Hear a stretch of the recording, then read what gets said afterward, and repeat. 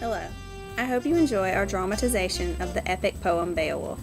I will be narrating the action sequences. Sections of the narration are quoted directly from the poem. I have edited these quotes for length. Thanks for watching.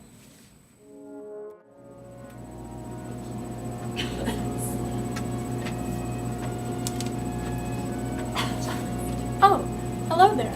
You're just in time to hear a story. Beowulf. Beowulf is an old English epic poem of unknown authorship, dating between the 8th century and early 11th century. The poem relates to events described in what is now Denmark and Sweden. You see, Beowulf was passed down orally for generations and generations. This story is considered one of the most important works of Anglo-Saxon literature. Beowulf is the story of a hero who battles and defeats 3 enemies. Now, sit back, relax, as you learn about this old English legend.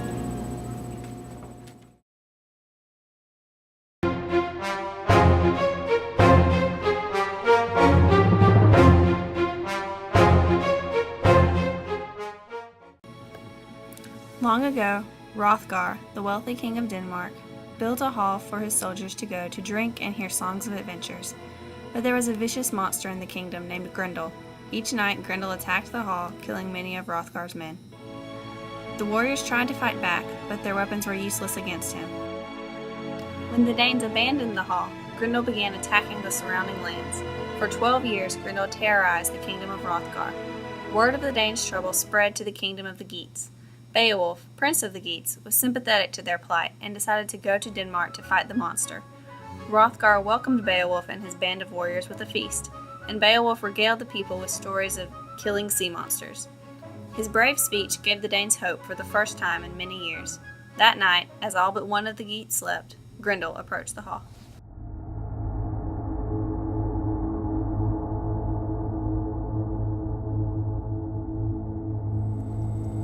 But fate that night intended Grendel to gnaw the broken bones of his last human supper. Human eyes were watching his evil steps. Grendel snatched at the first Geat he came to, ripped him apart, cut his body to bits. Then Beowulf seized him, and Grendel was filled with fear and hatred. No man on earth was stronger than Beowulf. Grendel saw that his strength was deserting him. He twisted in pain, and the bleeding sinews deep in his shoulders snapped, muscle and bone split and broke. The battle was over. Beowulf had been granted new glory.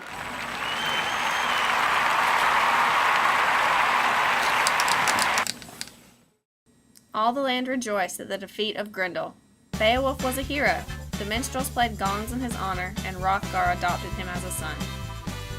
The Danes and Geats settled down for the night with a false sense of security.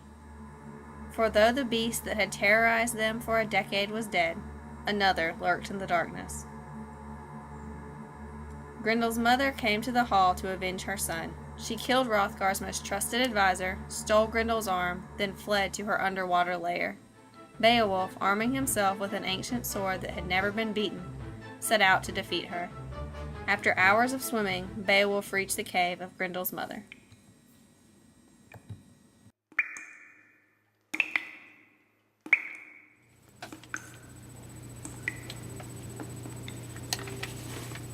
And all at once the greedy she-wolf welcomed him in her claws, clutched at him savagely but could not harm him.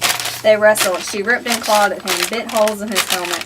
He was weary. His feet stumbled. In an instant she had him, held down, held helpless. Then he saw, hanging on the wall, a heavy sword, hammered by giants, strong, and blessed with their magic, the best of all weapons, but so massive that no ordinary man could lift. He drew it, and struck with all the strength he had left, caught her in the neck, and cut it through, broke bones and all. Her body fell to the floor, lifeless.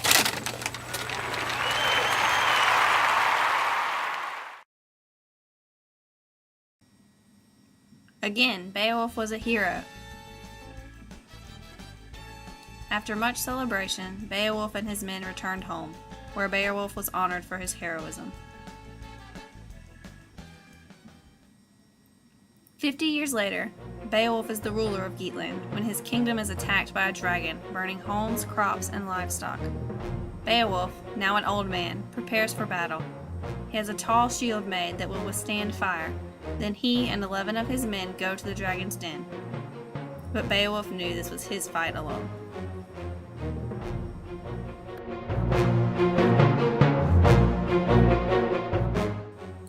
I mean to stand, not run from his shooting flames. Stand till fate decides which of us wins. No man but me can hope to defeat this monster. No one try.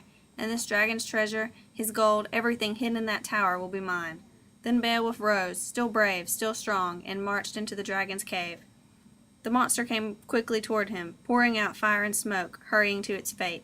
Flames beat at the iron, and for a time it held, protected as he'd planned. Then it began to melt. And for the first time in his life, that famous prince fought with fate against him.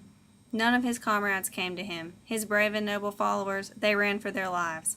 Only Wiglaf remained. He ran to his king. Then the famous old hero lifted what was left of his ancient sword and swung it with all his strength into the beast's head. But Beowulf's strength was too great, and the sword broke, and the dragon drove its tusks into Beowulf's neck. Then Wiglaf stabbed the dragon, and Beowulf cut it in two. The dragon was dead, but venom spread through Beowulf from the wound in his neck.